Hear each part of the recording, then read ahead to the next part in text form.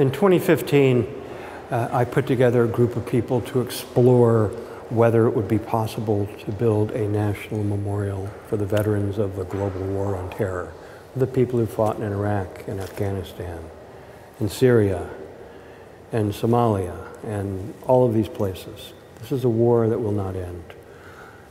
But these people are fighting, they're risking their lives, they're all volunteers, so they need a monument. So I put this organization together, started writing some articles for the Army Times and Military Times. Next thing you know, I linked up with a group of very talented military veterans of that war who had graduated from West Point in the Air Force Academy, and they had put together an entire management plan to bring this memorial to fruition. So essentially, I'm able to realize my dream through these people who are doing all the hard work. I'm serving as an advisor. I got General Petraeus and General Conway and some very significant military figures and political figures involved. So now we're on the way to making this become a reality. It's a 4 to 6 year time frame from today to make that memorial happen, but it's such an exciting project, and I have the time to do it, and I have the people to do it who actually served there, so now I can enjoy building my final memorial. The inspiration for this was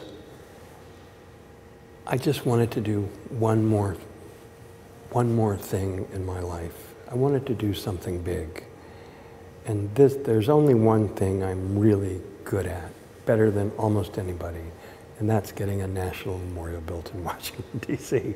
And there's one thing that has always plagued me throughout the education center at the Vietnam Veterans Memorial. I was trying to create it, but trying to create it in such a way in which the primary message would be that this would be America's legacy of service. But I couldn't really get enough support on that concept. So I needed to do something completely different for these Iraq and Afghanistan veterans. And what I'm doing now, is really going to have an impact. It's going to be a great place. It's going to be a place where every veteran of this war will go. This will be their Vietnam Veterans Memorial. So it's so exciting, and I feel very honored to be a part of it. And my wife and I have I've raised them a lot of money. We personally have given them a lot of money, and we're going to make this happen.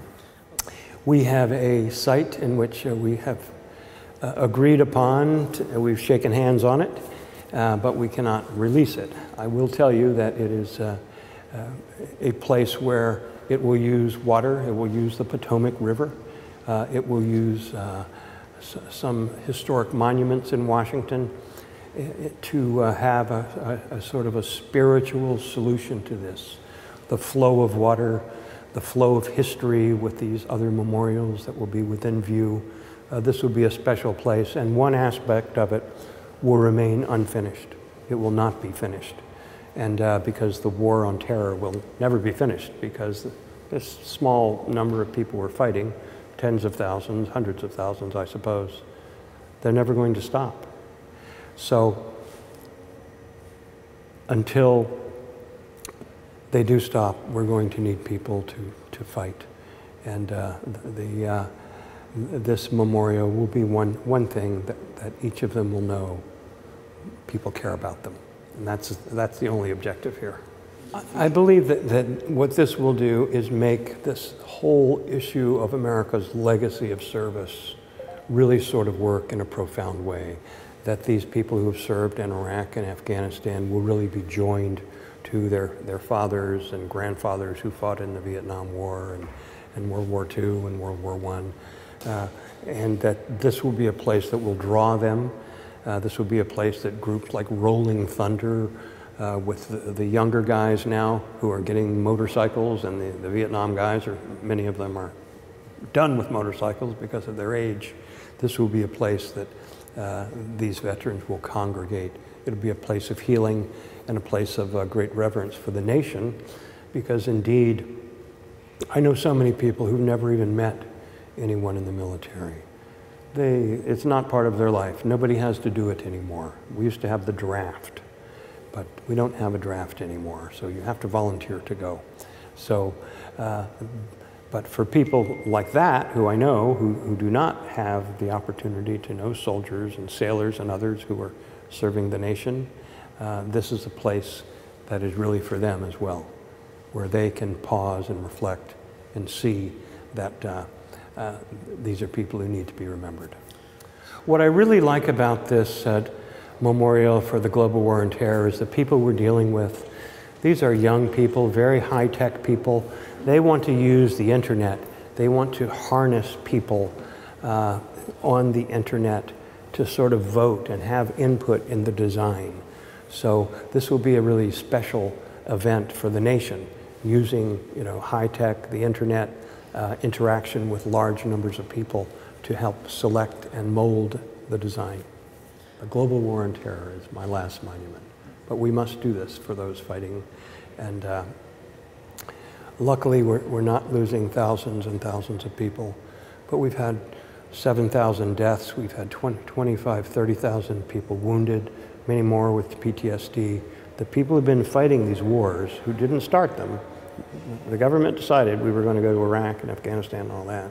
These guys are just doing their duty. They're paying a very heavy price, and they have to be remembered. And this is a place where it can be done. And the U.S. Senate has just decided today at 4 p.m. to hold hearings on it and to expedite the process of getting this through. So we're moving forward here. The selection of the site, the formal selection of the site's got to be the next thing, because you design a piece of architecture for a site. So I would say about 18 months from the passage of the legislation, which could occur any time between July and November of this year. So this is probably a $35 or $40 million project, very doable. Anything I've never done before is a great adventure to me. So being a part of the GI Film Festival is something that I can't express how excited I am. I am overflowing with excitement. It's like lava, lava pouring out of a mountain in Hawaii that's running down. That's what's gushing from my soul. I'm a part of the GI Film Festival.